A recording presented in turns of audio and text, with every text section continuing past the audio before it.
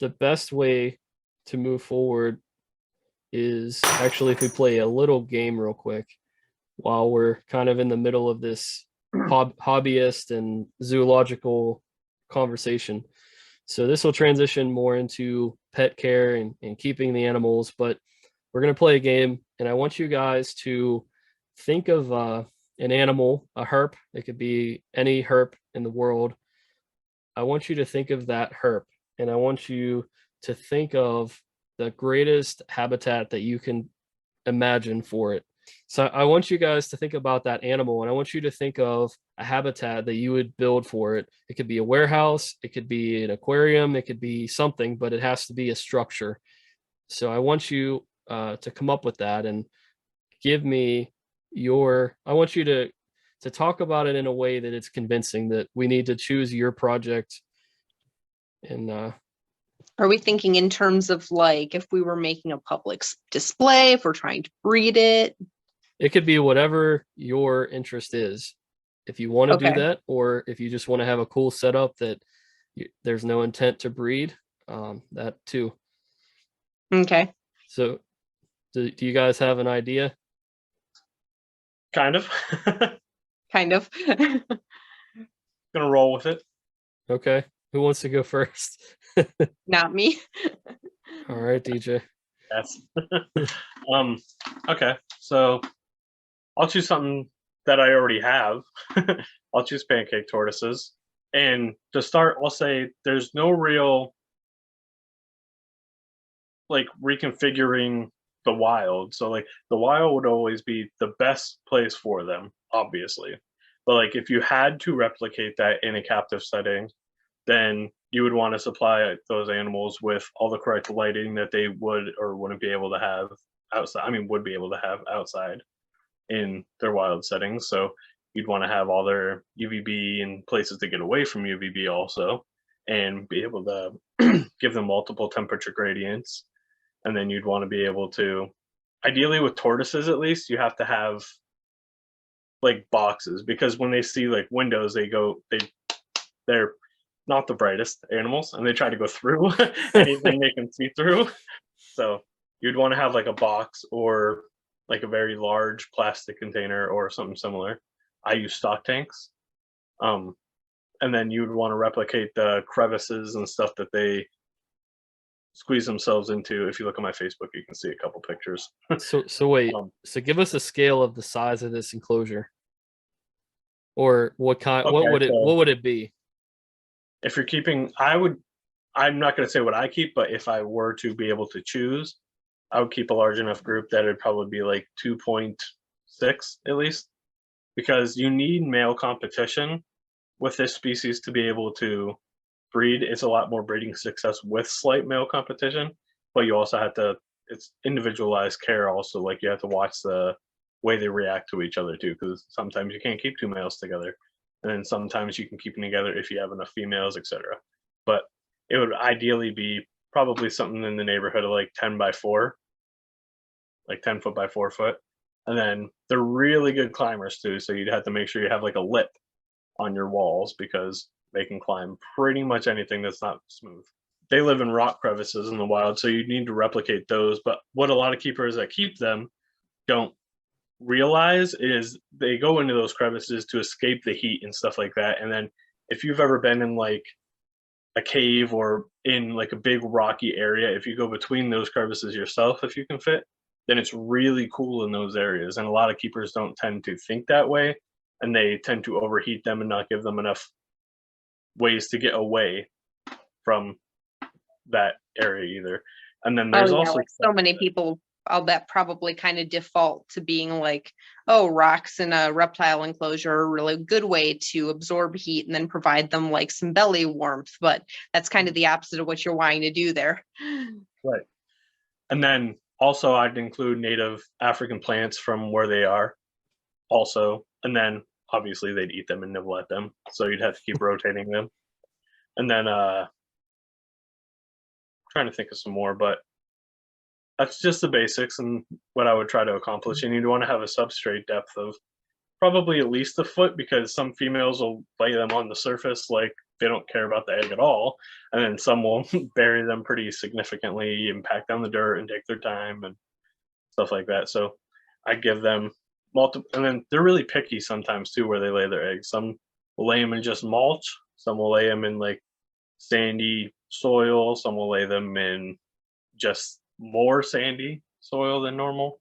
So they all have their personal preferences also. So give them as much choice as possible with literally everything in terms of like heat, humidity, cool areas, ways to get away from each other, but they tend to pack together too. So I guess it might not be the most exotic thing, depending upon like your opinion, but I was just thinking the other day, I'm sure there's got to be some zoos that exhibit them, but I don't think that I can recall ever being in like a reptile house and seeing an African bullfrog exhibit. And I don't know why, because they're huge, impressive looking frogs. It's one of the largest species that you can actually practically exhibit, because like the largest frog, the Goliath frog, does really poorly in captivity. I think having a really large exhibit that is more than just keeping them like an extra large Pac-Man frog, but has like a whole water area and land area, and try and make it like kind of like DJ was just saying, like try and do sort of a biotope with native plants ideally. Just give the animal all the opportunities to do the different natural behaviors that it might do, rather than kind of restricting it to mainly one sort of lifestyle or another, aquatic or terrestrial.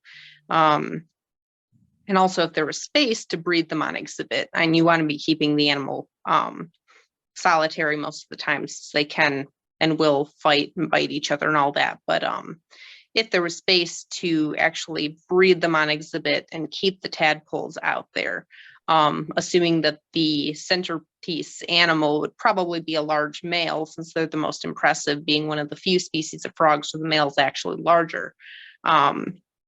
Getting to sort of replicate, if possible, like the parental care that the male will provide for the tadpoles, moving them around water depth and stuff like that.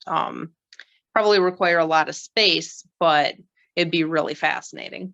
I was kind of debating on whether I would talk about an exotic one or a fun one, or one that I could actually do down the road. So what would you guys want to hear? I'll make it like that. one that you can actually do. The one I can actually do? Is that what you want to hear too, Amelia? Sure. Okay. So if I were gonna, and I've already made rough sketches of how this would be possible, but if I were gonna continue, so I'm planning on building a 253 gallon native Pennsylvania enclosure for American toads, wood frogs, the purple pitcher plant, stuff like that. I've also looked at how could you make it a larger scale project, like how much bigger can you take it, and I looked at like a 1,700 gallon enclosure for like a living room display. But I think what would be like the extreme, like the ultimate way to do it would be one of two ways. It would either be to have a greenhouse, a large greenhouse, if you could get somewhere between 10 by 10 or even like 20 by 20, something like that. Or if you could get a warehouse and you could have equal square footing or even slightly more, I think that would be probably the ideal setup. And to actually create sections of habitat, so like a bog where the pitcher plants are and the carnivorous stuff like the sphagnum bogs, so that would be one section.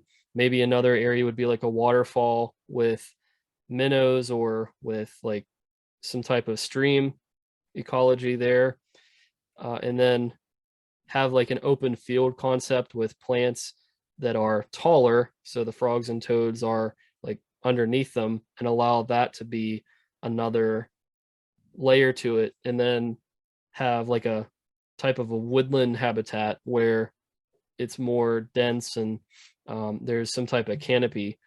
So I would think the way to go about it would be to have some type of a walkway, and they would have to be on both sides, and somehow the animals would have to have the ability to walk or cross the walkway to get to any of the directions wherever their habitat preference is.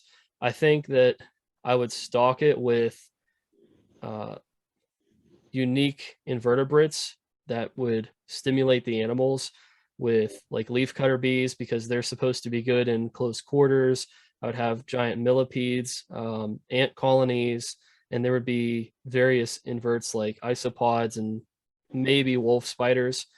But it would be a lot of the diet that both the wood frog and the American toad could prey on. I would think that you would need to have a massive ecosystem, but also a very complex type of a climate for this habitat, where there would have to be some type of misting and fog if you really wanted to create conditions right. Some opportunity for moon and cold fronts and warm fronts, and you'd have to be able to mimic light cycles as well.